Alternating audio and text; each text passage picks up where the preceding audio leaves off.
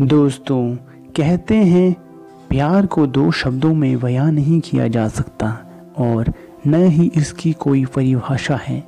इसे सिर्फ महसूस किया जा सकता है। यह तो ऐसा खूबसूरत एहसास है जो दो लोगों को बहुत गहराई से आपस में जोड़ता है। यह एक ऐसा बंधन है जो दो लोगों को आपस में बांध देता है। प्यार किसी से आसानी से हो तो सकता है, लेकिन आसानी से ख़त्म नहीं हो सकता।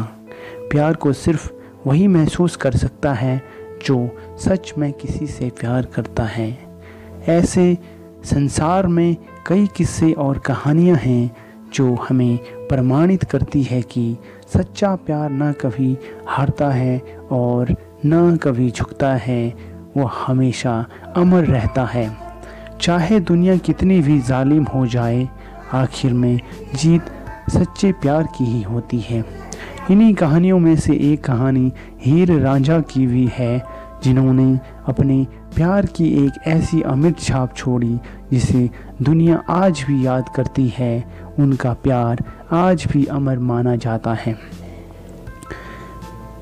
हेलो दोस्तों, मैं अतुल और आप देख रहे हैं क्यूरियोसिटी नॉलेज। आज आपको बतलाते हैं हीर रांझे की सच्ची प्रेम कहानी के बारे में। तो चलिए शुरू करते हैं। दोस्तों, यह कहानी पाकिस्तान से शुरू होती है। पाकिस्तान की चिनाब नदी के किनारे पर तख्त हज़ारा नामक एक गांव था। मौजूद चौधरी गांव का मुख्य जमींदार था। उसके 4 पुत्र थे, जिनमें से रांझा सबसे छोटा था। रांझा का असली नाम ढिद्दो था। रांझा उसका उपनाम था, इसलिए सभी लोग उसे रांझा कहकर पुकारते थे। रांझा अपने पिता का सबसे प्रिय बेटा था। रांझा के सभी भाई खेतों में काम करते थे। दूसरी तरफ रांझा बांसुरी बजाता रहता था, जिस कारण उसके भाई उससे नफरत करते थे। रांझा को बचपन से ही खूबसूरती से बहुत प्रेम था। उसने अपने सपनों में भी एक खूबसूरत हसीना की तस्वीर गढ़ ली थी। रांझा बड़ा आशिक मिजाज था। 12 साल की आयु में ही पिता का साया उससे उठ गया था। बाद में भाइयों से भी विवाद हो गया। भाइयों से विवाद होने के बाद वह सारा दिन पेड़ के नीचे बैठा रहता था और अपने सपनों की शहजादी के बारे में सोचा करता था। एक बार पीर ने उसे पूछा कि तुम दुखी क्यों हो? तब रांझा ने पीर को अपने द्वारा रचित प्रेम गीत सुनाए, जिसमें उसने अपने सपनों की शहजादी का उल्लेख किया था। तब पीर ने उसे बताया कि तुम्हारे सपनों की शहजादी हीर के अलावा और कोई नहीं हो सकती। यह सुनकर रांझा अपनी हीर की तलाश में वहां से निकल पड़ा। एक रात रांझा ने एक मस्जिद में आश्रय लिया। अगली सुबह वह मस्जिद से रवाना हो गया और किसी दूसरे गांव जा पहुंचा, जो हीर का गांव था। हीर एक सियाल जनजाति के एक संपन्न जाट परिवार से संबंध रखती थी। यह जगह पाकिस्तान में है। पहली बार हीर को देखते ही रांझा समझ गया कि यही मेरे सपनों की शहजादी है। हीर सख्त दिमाग वाली तथा खूबसूरत लड़की थी। एक बार रांझा चुपके से हीर की नाव में सो गया। यह देखकर हीर आग बबूला हो गई, लेकिन जैसे ही उसने जवां मर्द रांझा को देखा तो वह अपना गुस्सा भूल गई और रांझे को देखती रह गई। तब रांझा ने उसे अपने सपनों की बात कही। रांझे को हीर अपने घर ले गई और नौकरी पर रखवा दिया। हीर के पिता ने रांझा को मवेशियां चराने का काम सौंप दिया। हीर रांझा की बांसुरी की आवाज़ में मंत्रमुग्ध हो जाती थी और धीरे धीरे हीर को रांझा से गहरा प्यार हो गया। वे कई सालों तक गुप्त जगहों पर मिलते रहे, लेकिन हीर के चाचा को इसकी भनक लग गई और सारी बात हीर के पिता और माँ को बता दी। अब हीर के घर वालों ने रांझा को नौकरी से निकाल दिया और दोनों को मिलने से मना कर दिया। इसके बाद हीर के पिता ने हीर को सैदा खेरा नामक व्यक्ति से शादी करने के लिए मजबूर किया। मौलवियों के दबाव में आकर उसने सैदा खेरा से निकाह कर दिया। जब यह बात रांझा को पता चली तब उसका दिल टूट गया था।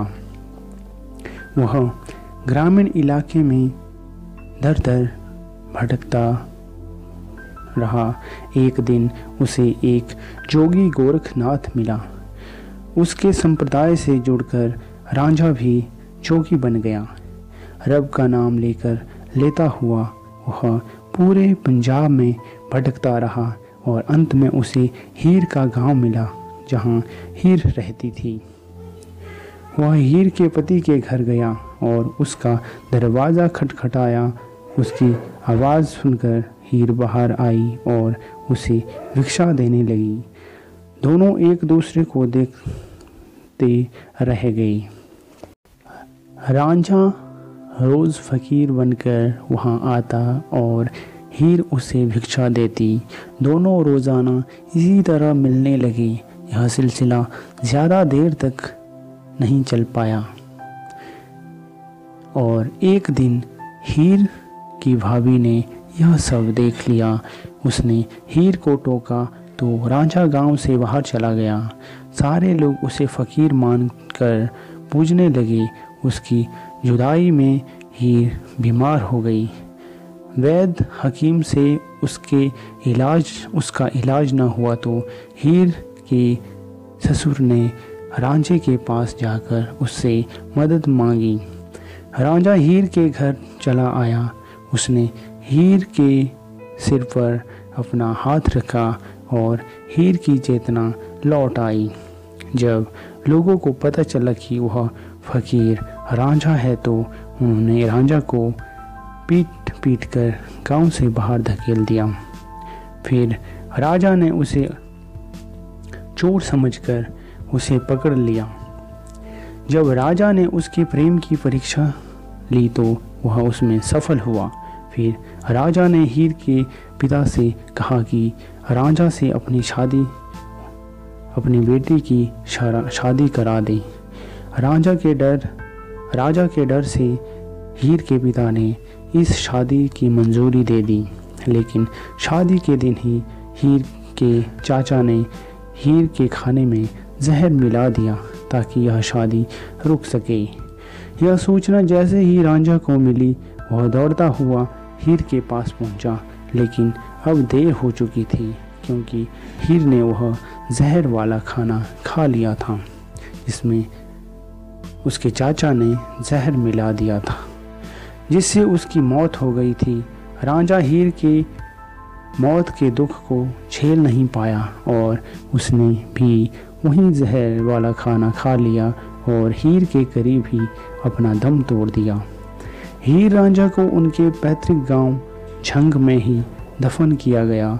भले ही वे दोनों मर गए हो, लेकिन फिर भी वह अपने प्रेम के कारण आज भी लोगों के दिलों में जिंदा है। उनका प्रेम हमेशा अमर रहेगा और उनकी याद लोगों को दिलाता रहेगा। तो दोस्तों, कैसी लगी हमारी वीडियो हमें ज़रूर बताएं।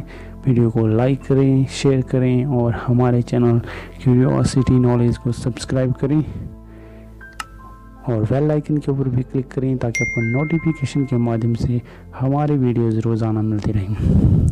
मिलते हैं इसी प्रकार की रोमांचक और ज्ञानवर्धक वीडियो के साथ एक बार फिर। तब तक के लिए नमस्कार।